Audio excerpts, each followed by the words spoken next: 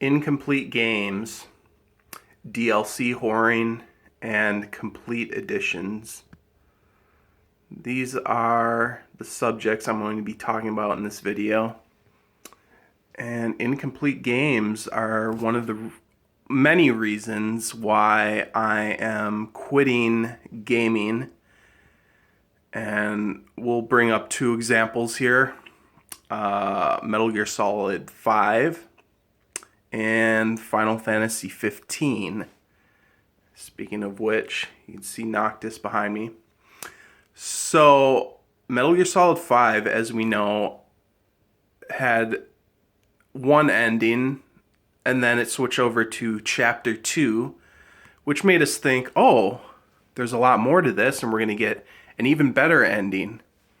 Well, and then it just sort of trailed off into a bunch of meaningless side quests, and then gave you a really disconnected ending with a plot twist about Venom Snake. And you also got kind of a conclusion to quiet story, but it was really just an endurance match against tanks. Not too special. And they left so many plot pieces unresolved, mainly Liquid Snake, aka Eli, taking off with Metal Gear, and the whatever that parasite was called. I don't even remember at this point, but yeah, and that was it. This plot point was never resolved in Metal Gear Solid 1 because it's a new thing they retconned into the game. But we didn't get any DLC for that game. As much as I hate DLC whoring, leaving the story unresolved like that was awful. Awful. Here's what I prefer. I prefer, I don't even have an issue with DLC as long as it would follow this model. We get a game, we get the season pass, and then, I don't know, maybe a couple months, or preferably when the last DLC comes out, we get a physical release with all the DLC on a disc, even if it's an extra disc. That way, we're not having content that completes the game tied to an online account that can be banned, or the internet service can be shut off, like PSN shut down, which it will be eventually. You're ignorant if you think PlayStation Network's gonna stay online forever, at least for PS3 and PS4. So they will shut it down eventually, and if you don't have that shit downloaded on your hard drive, say goodbye to whatever you purchased and whatever story is resolved within that DLC. So that's why these physical complete editions are so valuable to me. But the problem is, a lot of the times we don't even get it. Metal Gear Solid 5, we didn't even get DLC to resolve these plot points. So, yeah. Something like The Evil Within. No complete edition for that game. It's just DLC. So, there's some pretty important story bits in the Evil Within DLC. So that will never be on a physical disc, it's looking like, unless they do like a remastered version down the line. So those plot points are going to be forever tied to an online account and something you can never truly own. And I know people say, oh, well, you don't own the disc. Yeah, actually you do own the disc, but you can't do with what you want with the information contained. You can't resell it, you can't modify it, etc., etc. But the physical disc you own, and you can do whatever the fuck you want with it. So Shut the fuck up with that stupid bullshit. Okay, so that brings me to Final Fantasy 15. That game is a little better than MGS5 as far as having a complete narrative. The problem is all the small details and world details in between that narrative are missing. So, there's things about the Empire in Final Fantasy 15 that are never shown, never resolved. Things about the world history with Arden and the all the summons is just left blank pretty much. There might be hints in some of like the strategy guides, art books, whatever, or leaks. You have to like look up like leaks for Versus 13, stuff like that to try to piece it together. But even then, it's like a sketchy thing. But yeah, that's getting DLC. We're getting the Gladio DLC on Tuesday. I actually did buy the season pass with this game because I was so hyped for it. I wanted to know the rest of the story. That's pretty much the only game I bought DLC for, Final Fantasy 15. It'll probably be the last as well. But I feel like these DLCs for Final Fantasy 15 are going to be so disconnected from the main game. It's probably just going to be selectable in the main menu.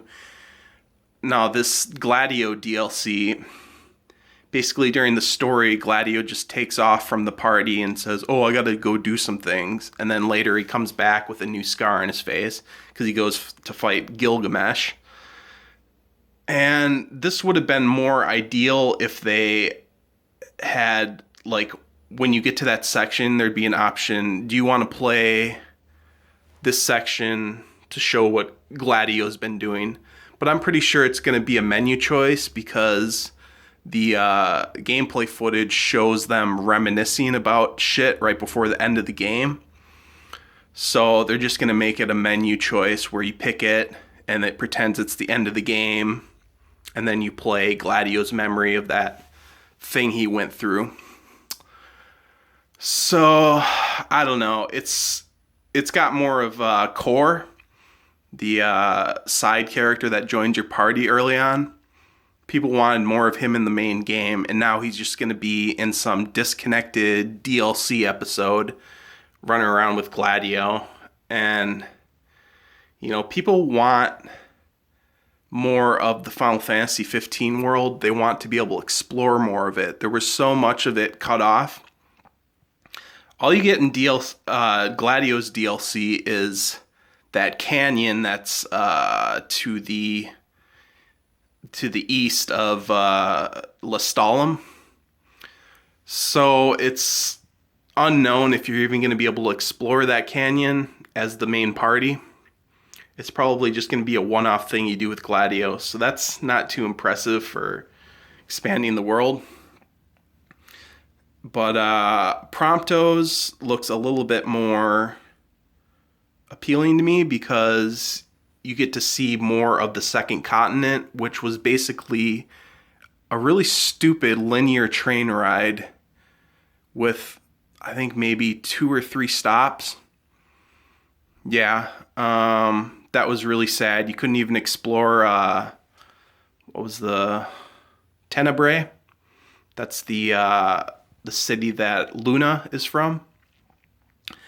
And you can't explore any of the countryside. There's one dungeon that you go to, and it's clear there's a whole section below the dungeon, like below the area where you access the dungeon. Like huge sprawling area with, you can see cars driving around down there. You can see buildings rendered. Originally, you're supposed to be able to go down there and kind of explore that region and then go to the dungeon. But, of course, that was completely cut, and they just warp you straight to the dungeon. So really, you get to explore nothing on that second continent. Just ride the train and look at the sights out the window. That's all you get. So Promptos sounds a little appealing because he falls off the train at one point, and it looks like his DLC is going to be in like the snowy mountainous region.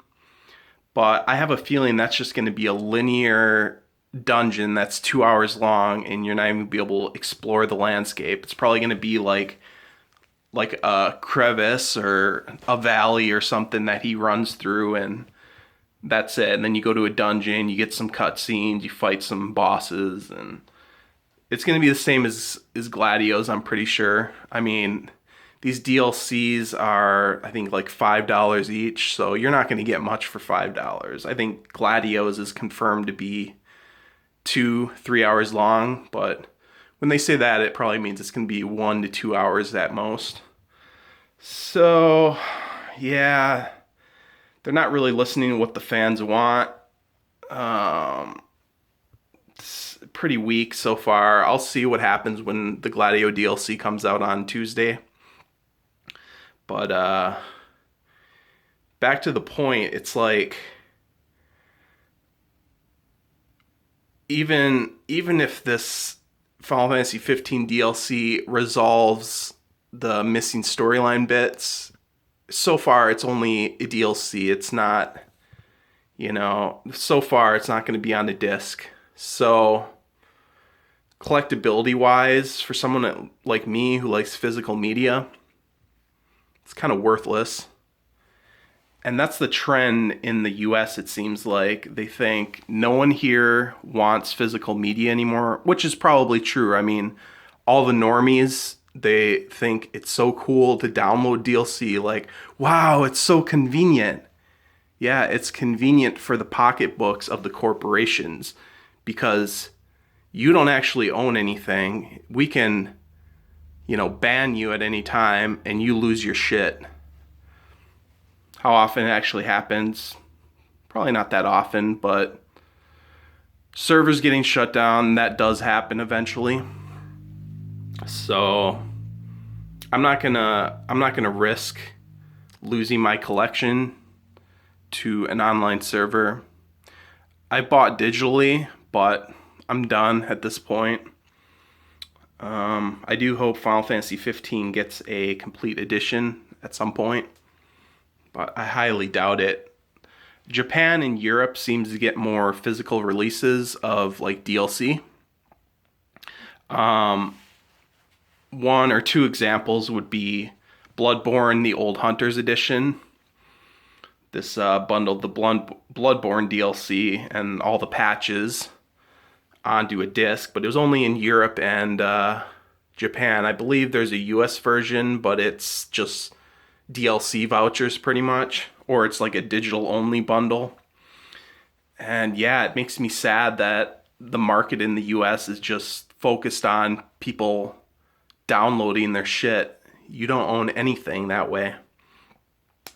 And Dark Souls 3 is getting a Fire Shrine edition or something like that.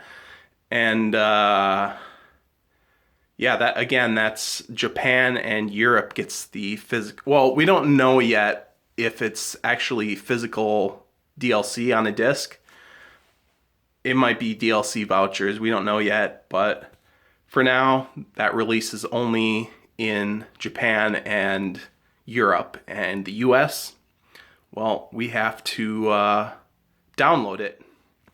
So we basically are forced to not own the content we're buying. Thanks, normies. But it's not even really DLC whoring itself or like adding content to a game after it comes out that bothers me. It's the quality of the content and what kind of content it is, because, I don't know if I have, let's see. Well, yeah, like this right here is a good example. We got Star Wars, Jedi Knight, Dark Forces 2, bonus, Mysteries of the Sith. So this included Mysteries of the Sith, which was a original Jedi Knight expansion, but it was on a disc. So yeah, it was adding new content. It wasn't really a new game because it was the same engine, a lot of the same assets, you know, pretty much the same game, just expanded. But it was completely new story, new voice acting, new areas, new weapons, new enemies, blah blah blah blah blah, new main character. Um, that stuff's fine with me. Like, I love that kind of expansion, but it should always be on physical media. If it's not, it feels worthless to me. It feels like I'm buying nothing. I'm paying for the ability to download something. I'm not buying something tangible I can hold in my hand. So, I don't know, maybe I just value my money more than other people. I want something that's physical that I can resell if I choose to. But yeah, I've been that's like the earliest kind of DLC I've been buying. But the earliest DLC that I never liked that people always use in a comparison, they're like, "Well, Capcom has been doing Street Fighter 2 and Super Street Fighter 2 Turbo, blah blah blah blah blah. So, why didn't you have a problem with that?" Actually, I always had a problem with the Capcom DLC because that was just new characters. That's all it was. Nothing else new. No new story, no new nothing. It was just the same game with new characters in it. With fighting games, I don't think they should do DLC characters, to be honest. This is just my personal opinion. But if they're going to do a fighting game expansion, it should be new, like new stages, new storyline, maybe a new boss, something like that, something more tangible, not like costumes or just like a new character. If you're gonna do new characters, just make a new fighting game. But people can disagree with that if they want. I just don't see that as worth as much as something like Jedi Knight Mysteries of the Sith, where you get a whole set of new levels, new voice acting, new enemies, blah blah blah blah blah. But maybe I just don't value fighting game shit as much. But yeah, it's, the Street Fighter stuff has always felt really like money grabbing. What was like Street Fighter 2 Turbo? All that did was let you play as the bosses and a few tweaks to the gameplay. And they made you buy a whole new game for that.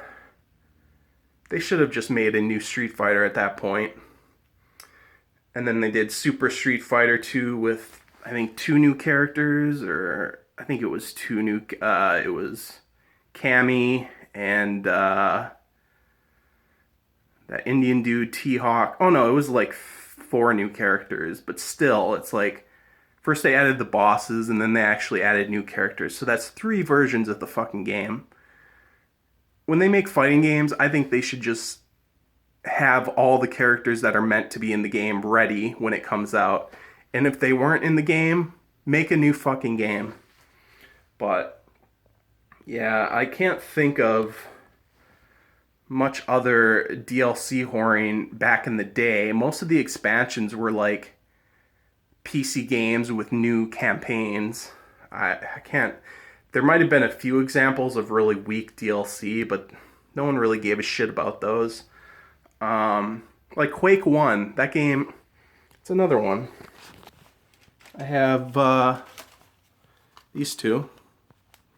Scourge of Armagon and Mission Pack 2, Disillusion of Eternity. Once again, completely new levels. I think these have new weapons and enemies as well. But yeah, that show's fine with, because for one, the content within is quality, and it's on a physical media. And then I think what set all this shit off was on the Xbox 360, they started with the Elder Scrolls Oblivion horse armor. And people bought that shit. And that just told these companies, you know, we can just whore it up with you guys now. And that was the start of the downfall. So, yeah, I would prefer games to be complete when they come out. Something like, Final Fantasy X, that was a complete game, even though it got an international edition with some fixes. The main narrative was fine. It wasn't like MGS5 where the game literally ends before it should have ended, and we'll never get a fucking conclusion to that because Konami is shit. But yeah, I guess that's all I need to say really about the subject. I might have forgot something, but yeah, I'm just tired of it. I want, ideally, like I said before, do the season pass, appeal to those fucking normies who like to download DLC and not own the things they buy. But then do like a limited run release of physical copies of the DLC. Always. Like, don't be so wishy-washy about it. Some games get their DLC on a disc, some don't. No, do it for every fucking game.